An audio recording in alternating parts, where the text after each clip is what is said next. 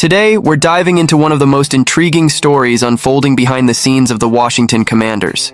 If you're a true fan of the team, you've probably already heard some rumors about the fate of Emanuel Forbes, the cornerback who was chosen in the first round of the draft just 2 seasons ago.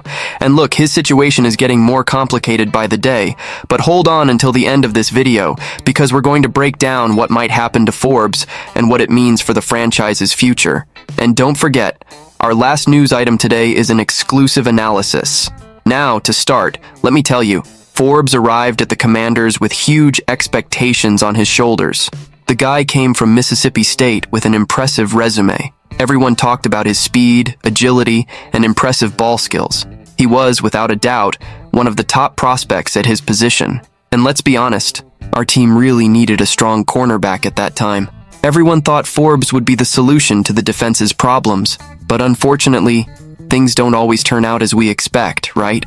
In Forbes' rookie season, things didn't start well. Those who followed closely know what I'm talking about. He faced many difficulties right off the bat. The stats don't lie. He allowed a passer rating above 100 when targeted. And as if that wasn't enough, the coaching staff at the time quickly lost confidence in him. It's heartbreaking to see a player with so much potential go through this, especially in our defense, which desperately needed a heavyweight reinforcement. Time passed and the coaching staff changed, but Forbes' luck apparently didn't. In the first week of the 2024 season, he already started on the bench. And if you watched the game, you might remember that he committed 2 penalties on the same play. What a complicated situation, huh? And as if that wasn't enough, the guy left the field and went straight to the X-ray room because of a thumb injury. You can't deny it was a very turbulent start to the season for him. And then, with all this happening, analyst Christopher Knox from Bleacher Report dropped a bombshell suggestion. The Commanders should consider trading Emanuel Forbes while there's still time. Is this really the best solution? He's still a young talent, only 23 years old, with physical characteristics that any defensive coordinator would love to have on their team. Should the Commanders give up on him so soon? This is where the discussion gets interesting. Now, for those who follow the NFL trade market, you know it's not easy to get good compensation for a player who didn't deliver as expected right away. Knox suggests that teams like the Cleveland Browns and the Los Angeles Chargers could be trade partners. And honestly, it makes sense. Both teams need help in the defensive sector, and maybe they're willing to take a chance on a young player like Forbes. But could the Commanders get more than a day 3 draft pick? This is the big dilemma. Trading Forbes now might not yield much in terms of market value. On the other hand, sticking with him could be risky, since the player hasn't been able to show all the potential he promised. What would make more sense? Waiting and trying to regain the player's confidence, or cutting losses now and seeking a trade? This is the question that's hammering in many people's heads in Washington, and there's more. Could a change of scenery be exactly what Emanuel Forbes needs to turn his career around? Sometimes, the simple fact of changing teams and environment makes all the difference. Of course, there's no guarantee that this will happen, but it's a possibility that the Commanders need to take into consideration. What if Forbes goes to another team and crushes it there? Can you imagine the regret?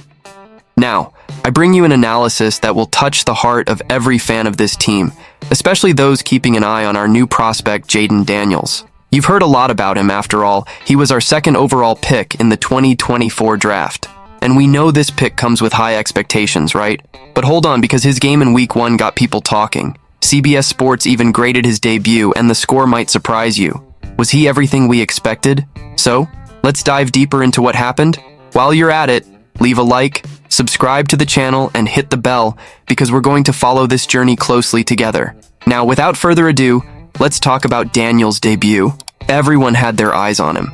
And when I say everyone, I mean everyone. Chris Trapasso from CBS Sports did a detailed evaluation of his Week 1 performance.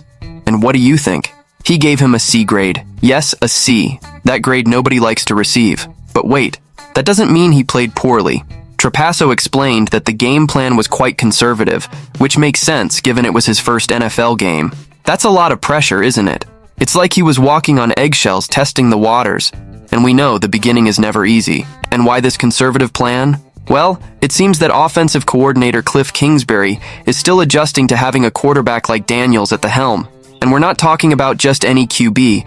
We're talking about a guy with incredible athletic abilities, the type of player who can run and pass efficiently. But, according to Trapasso, even with all this potential, Daniels' game hasn't yet reached that spectacular level we saw at LSU. I think everyone was expecting him to come onto the field and explode right off the bat, right? But hold on, folks, the NFL is a different beast. The pressure is higher, the level of opponents too. The upside? Daniels showed he knows how to run with the ball. We already knew that. He ran 16 times for 88 yards and scored 2 touchdowns. 2, and most importantly, he didn't make bad decisions. 0 interceptions. That's already a big win, especially for a rookie. He completed 70.8% of his passes, totaling 184 passing yards. Not bad for someone just starting out, right? The truth is, he's adjusting, getting to know his wide receivers, building chemistry with the guys, and we know that doesn't happen overnight. The point Trapasso raised is important. The chemistry between Daniels and his new teammates will take time to solidify. And being honest, we know that building a winning team requires patience. Daniels is in a completely new system, and that makes a difference. He's surrounded by a different supporting cast, learning to play under Cliff Kingsbury's guidance, who, let's face it, is also adapting to leading this offense full of promise. It's a building process, step by step. And I want to know, are you willing to give him that time? Now let's talk about the next battle. We've seen what he did in Week 1, but what can we expect from Week 2? This is where it gets interesting, folks. The next opponent is the New York Giants, and if you look at the stats, their defense ranks 21st in yards allowed per game. In other words, it's not the most solid defense we'll face this season. And there's more. They let the Minnesota Vikings offense score 21 points in the first game. This could be a good sign for Daniels. I know a lot of people are eager to see if he'll step up his game. Will he be able to overcome this defense and earn a better grade? The fact is that his Week 1 performance may have left something to be desired for some, but it was far from a disaster. Quite the opposite. If you look closely, you'll see there's a lot of potential there. What's missing is that chemistry with the wide receivers and maybe more freedom in the offensive scheme. But that's something that can come with time. It wouldn't be surprising if, in Week 2, Daniels showed something more impressive. After all, he'll be facing a defense that has its weaknesses. And, being completely honest, I think this is the perfect game for him to silence some critics. If there's one thing that excites me, it's knowing we're just at the beginning of the season. It's Daniels' first year in the NFL, and let's face it, he has everything it takes to grow. What we saw in the debut game is just a sample of what's to come. He's a QB who knows what he's doing. He didn't make rash decisions, was efficient when he needed to run, and showed that he can indeed be a threat both in the passing and running game. It's just a matter of time until he puts it all together and really explodes. Now, here's another hot analysis full of expectations about our next matchup against the New York Giants. Stay until the end because I have an important question for you that will make your head explode thinking about the future of the season. And of course, don't forget to subscribe to the channel and turn on notifications. That way you won't miss anything about your favorite team. Shall we begin? The Washington Commanders are looking for their first win of the season, and this weekend's game promises to be full of excitement. It's that classic NFC East rivalry that nobody wants to miss. On one side, we have the New York Giants coming off a painful loss against the Minnesota Vikings, and on the other, our Commanders, who also stumbled in their debut, losing to the Tampa Bay Buccaneers. But hold on, just because we started on the wrong foot doesn't mean we're losing hope. I'm already seeing a lot of negative comments out there, but trust the process, folks. What's making the betting wheels turn is the Commanders' favoritism. Yes, even with last week's loss, the folks at SI Sportsbook are putting us as 2.5-point favorites. Now I ask you, are the betting people seeing something we don't? I'm a fan, I'm optimistic, and I'll tell you, I believe. But there's a lot more involved, and we're going to break it down now. So, hold on tight and come with me. The Giants' offense was, to say the least, disappointing in the first round. Their quarterback, Daniel Jones, was not having a good day. 2 interceptions, 1 returned for a touchdown, not to mention they didn't even reach the end zone. The Giants only managed 2 field goals and left the field with their heads down. The pressure on them is immense, and this could play in our favor. Because, my friends, if a team enters the game under pressure, with the fans on their backs, the chances of mistakes increase. Who here also thinks Jones will repeat his errors? Leave in the comments what you think our pass rush can do to him. Now, talking about our side, the Commanders showed some positive signs. Even in defeat, we managed to score 20 points in Week 1, and it could have been more if it weren't for the field goal errors. Cade York performed well below expectations, and because of that, he's already been cut from the team. It's not the end of the world, these things happen. But the good news is that we brought in Austin Seibert to take over as kicker. Could this change be the difference in the score of the next game? We hope so.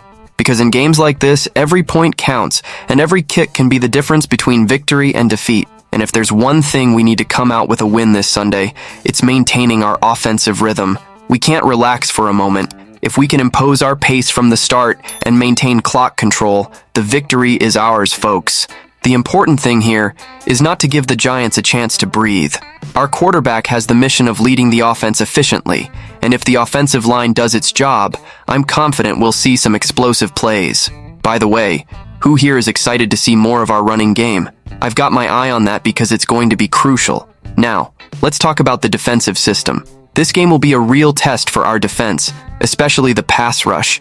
The Giants' defense couldn't hold back the Minnesota Vikings last week, which gives us a good idea of where to attack. If we pressure Daniel Jones, as I said before, the chances of forcing more turnovers are high. And turnovers, my friends, change the course of any game. What do you think? Will our defense continue to evolve and do what needs to be done? Another thing we can't ignore is the psychological factor. We're playing at home, at Northwest Stadium, and that's always a point in our favor. The Commanders fans are passionate, and the pressure we can put on the Giants is a game changer. Can you imagine how incredible it would be to see the defense forcing a turnover with the crowd going wild in the stands? Then, my friend, the stadium comes down. This energy can be the fuel the team needs to stay focused for all 4 quarters. I'm already imagining that moment when the whole stadium stands up to celebrate the victory.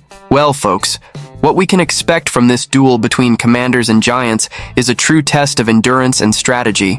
Both teams are looking for their first win, but conditions seem more favorable for us. If the Giants' offense continues to be lifeless as it was in the first week, and if our team can take advantage of the opportunities that arise, we'll come out with this victory and, who knows, with a comfortable margin. To wrap up, I want to leave you with a thought. Will this change in kicker and the possible collapse of the Giants' offense be enough to secure our first win of the season? This is one of those questions that only time will answer, but I want to know your opinion. Write in the comments what you think will happen in this game, and subscribe to the channel, because next week there's much more about the Commanders.